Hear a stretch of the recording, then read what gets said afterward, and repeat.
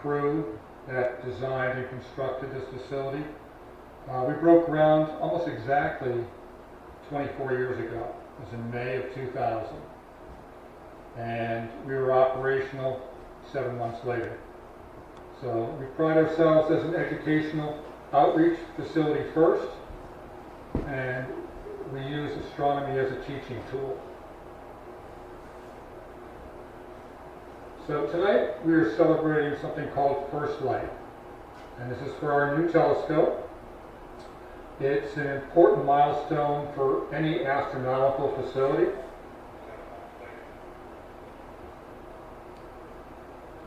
First light is a term that's used to signify that a new scientific instrument is coming online and it's available to do real science.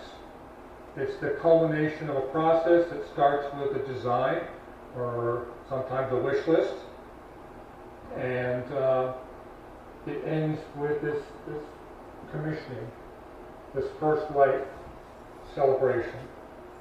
So we went through the design process, scoping out the type of instrument we'd like to have here. Of course, fundraising for a nonprofit, all-volunteer organization is very important, and sometimes you have to modify your wish list based upon what type of funds you can raise. Preparation was probably the most important phase of what we've been doing the past month or so, because our goal was to take this facility out of service for the shortest time possible. So we wanted to be prepared for when we had the funds available, when we ordered the new telescope, when it arrived, we wanted to get the old one out of service and a new one into service as quickly as possible. So that was our objective, and once it's installed, we go through a commissioning phase, hooking the telescope up, making sure everything works, getting the software to be integrated with the rest of the facility, writing new procedures, and now we're just about complete with that, and now we have first light. We're ready to turn the telescope over to prime time.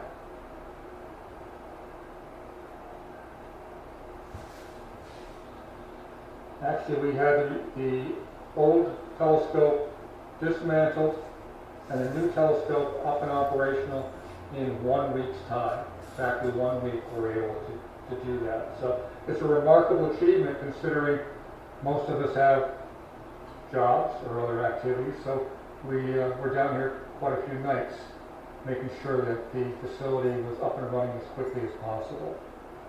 So the original telescope, if you've been here before and remember, it was installed in the summer of 2000.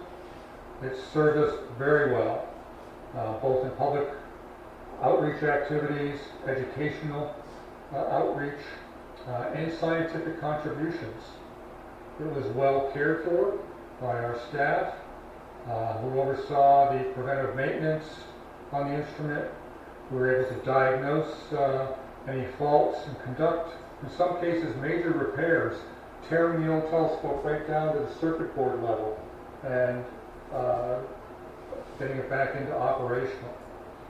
But it was a constant battle on something that was 24 years old against the effects of time and constantly changing software, as you would know if you have to replace your phone every 3 years. So we knew we were going to have to do something. And we knew we were one critical failure away from being down for a long period of time.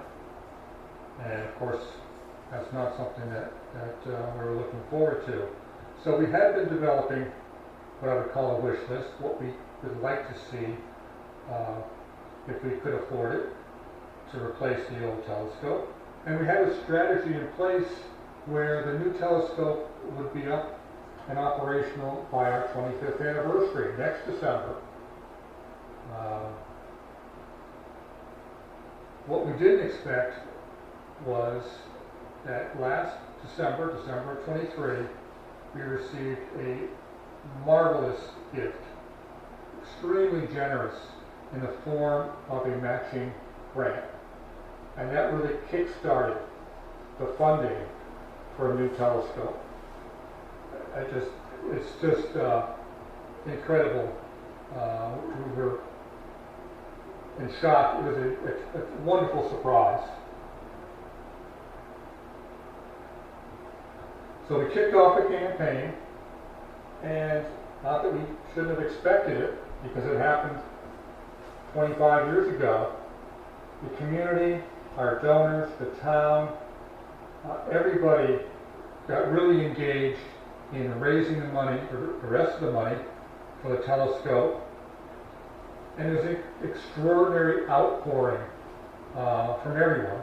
And the initial fundraising goal, we just blew right through and we kept going. And we were able to have enough money raised in about 2 months' time so that we could start placing the order for the telescope.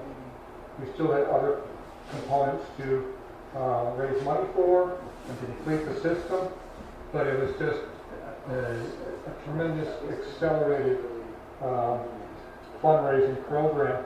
And in less than 5 months, we went from dreaming about such an instrument to actually watching it in operation up on the deck. So this is really our second first light, because we had a first light ceremony 24 years ago where we commissioned our original telescope in the summer of 2000. So if this is your first time here, or you're really not familiar with the history of this place, let me take a few minutes and tell you why this facility is so important as a regional educational resource. This is a grassroots initiative. This came about because of concerned individuals in the community, the surrounding communities, got together and decided they wanted to tackle an issue, and that being critical thinking in our young people. And we decided that we're going to use astronomy as a tool to generate excitement, get kids involved. The funds for this facility you're sitting in were mostly donated. It was designed and constructed by volunteers 24 years ago, that summer. We were a lot younger. We all had full-time jobs. It was interesting, to say the least. We designed this facility from the very start to be accessible. No matter what your limitation was, we were going to get you up on the deck, looking at the telescope if we could, and really take in the wonders of the universe. Our regional team came from every town around here. People came an hour away. It was really emotionally engaging to see the outpouring of volunteer effort coming together that summer. I call it a cosmic barn raising. It was that type of experience.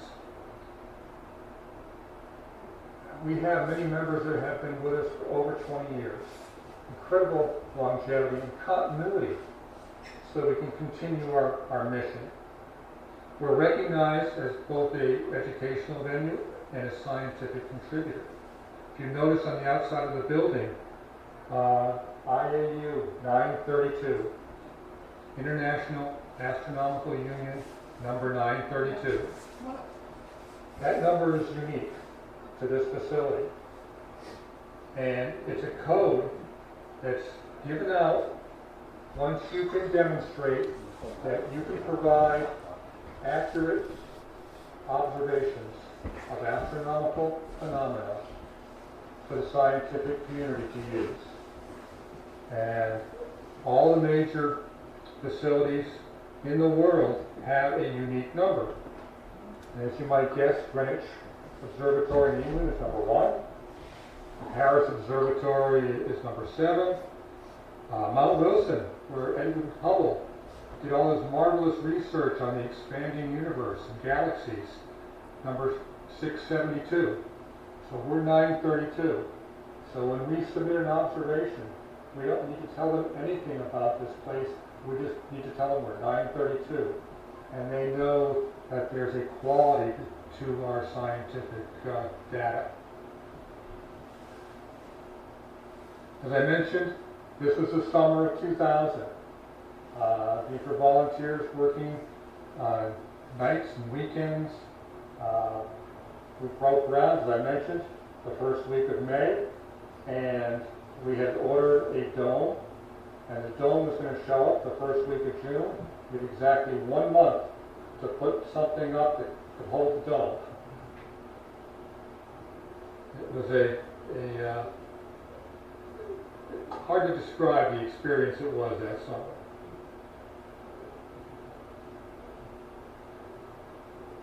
We were essentially operational after late summer when the telescope was in and up and running. We had our formal dedication over at the high school auditorium on December 2nd, and we piped in a live image of the moon from the telescope into the auditorium up on the screen there. Once that ceremony was complete, then the work started. How are we going to use this place to fulfill our mission? And our mission, if you haven't seen it on our website or been familiar with it, further science literacy, create scientific curiosity, and reinforce interest and skills in science. As you might notice, there's nothing about astronomy here. We're an educational first facility, but we use astronomy as a tool to generate interest, create curiosity, and develop skills. We've had over 50,000 visitors in the past 24 years. If you don't know Elaine Green, one of the major drivers here of Second Saturday Stars. She's been doing this for 19 years and hasn't given up yet. And it's just a marvelous way to reach out to the community and get them involved in what we do here.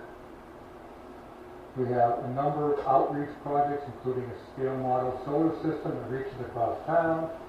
We built a planetarium shortly after we finished this observatory up at Sarah Mill. And we've done enough things outside, observing decks, some beautiful gardens. On a beautiful summer day, it's worth just coming down here and just taking it all in. We've also made some discoveries along the way. We're involved in the confirmation of newly discovered asteroids.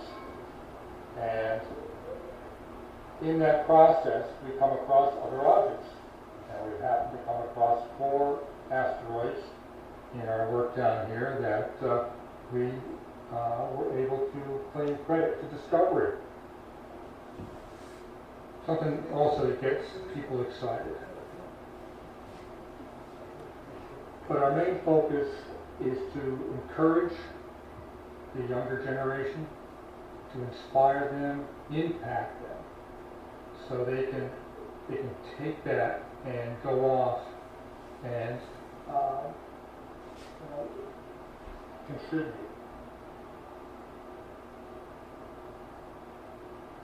This is one of our students that volunteered here.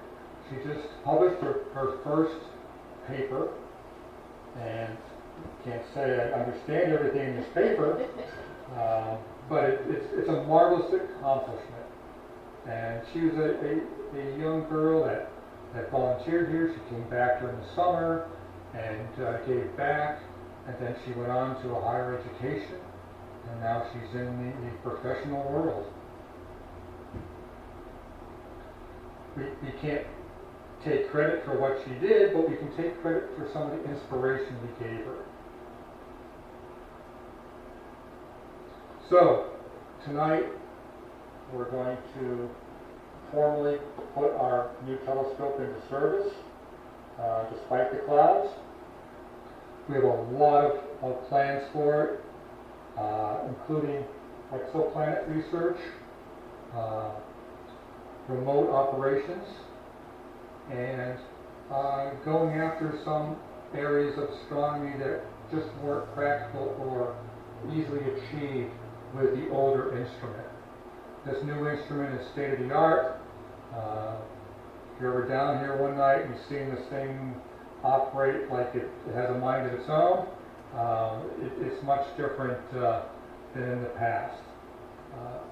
As I mentioned, this new telescope has enormous capabilities to do groundbreaking work.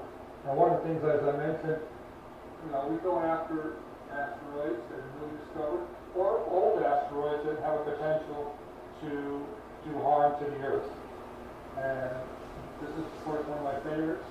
Monty and I were down there last year imaging it as it was crossing the stream. Apophis the Destroyer. On April 13th, 2029, this asteroid will pass between the Earth and the Moon. So a relatively close shave.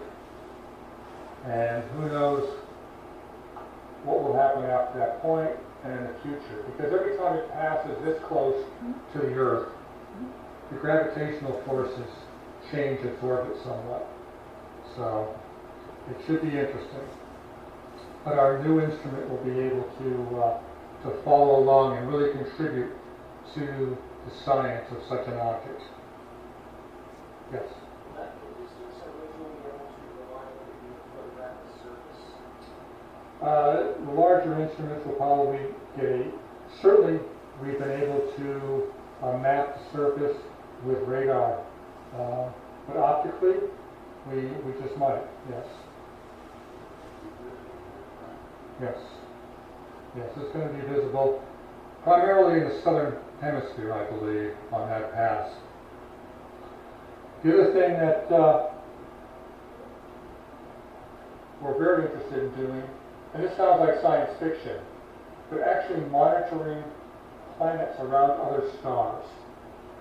And this is something that we actually had a student do this with our old telescope. It wasn't easy. With this new telescope, it's going to be a much more efficient process, and we can look at further out, and there'll be a much more a greater number of candidates that we can look after. So that is something we're really looking forward to. And this may take all night. Some of these transits, as we call them, as the planet passes in front of the star, you have to measure the slight dip in brightness of that star. And sometimes it can take 8 hours or more to monitor that. So with this telescope and its pointing accuracy, shouldn't be a problem. So we've had the telescope up and operational for a week or two, going through the commissioning process, making sure everything is working as it should. But we haven't been sitting on our hands. We have been doing some science. We've been taking a photometric set of images for this binary star here called Aurora Borealis. It's a white dwarf and a red giant that are in orbit around each other. And the white dwarf is forecasted to go nova sometime this summer. Could be tonight, could be next week, could be months from now.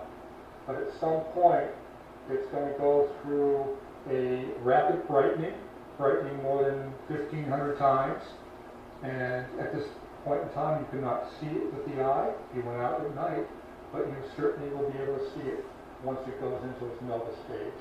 So we've been monitoring it, getting a good baseline of data, and we're going to continue to monitor it over the summer. Should it go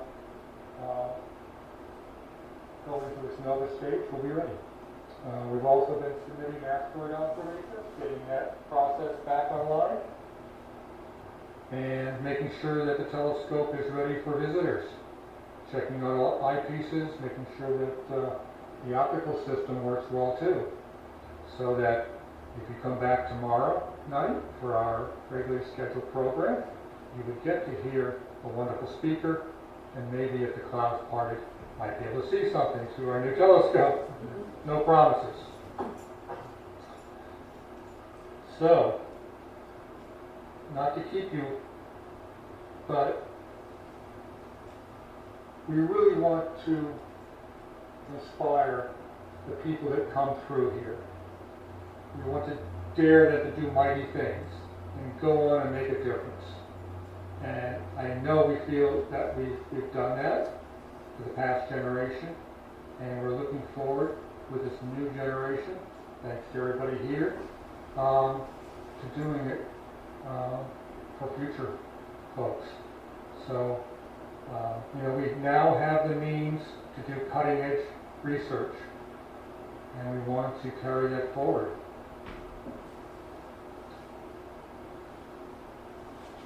I want to thank everybody tonight, and the incredible generosity of everybody that pitched in to make this possible. It really is a marvelous thing to see the community come together and with a single goal, and that goal being really education. And now we've got a new tool in our toolbox, and we're very excited. And I hope tonight you get a chance to take a look at it. And Elaine's got a marvelous spread here, and I think she wants to have a toast.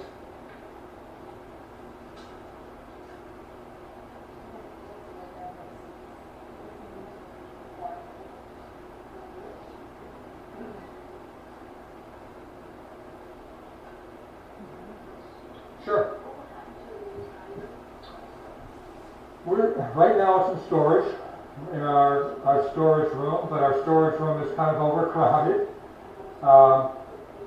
So there's two lines of thought. We could sell it and potentially use the money to buy additional instruments for everybody. Or we could keep it and find a secondary purpose for it. But again, we're still in conversation. Any other questions before we have our toast?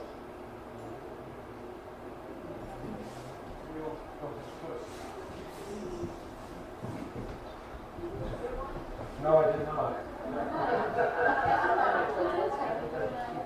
Okay.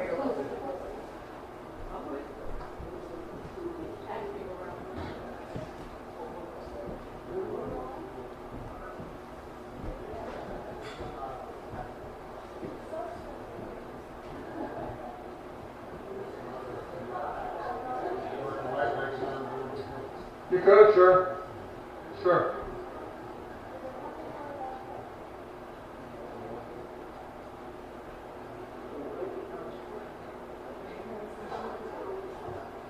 So, if the sky is clear tonight, and if you happen to be looking out the window and see stars, take a look to the north. You never know how quickly these magnetic storms develop. My experience is they can just pop up and then subside or pop up again. As I mentioned, we have 6 different mass ejections coming this way from the sun. One has already hit this afternoon. The rest, it's difficult to schedule how fast and slow they move through space. And sometimes they tend to collide with each other and combine. It's called cannibalism. So 2 or 3 of these masses of plasma can join together on their way to the Earth and form one large one. So we have satellites that are a million miles out there that are monitoring and will give us some kind of fair warning as they pass that boundary. But the sun is very unpredictable, and we'll just have to wait and see.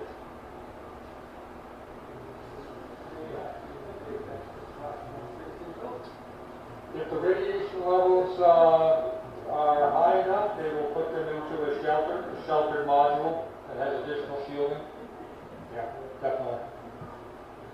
Or they can climb back into the spacecraft that they came to the station in, which tends to have even additional protection. Elaine, would you like to?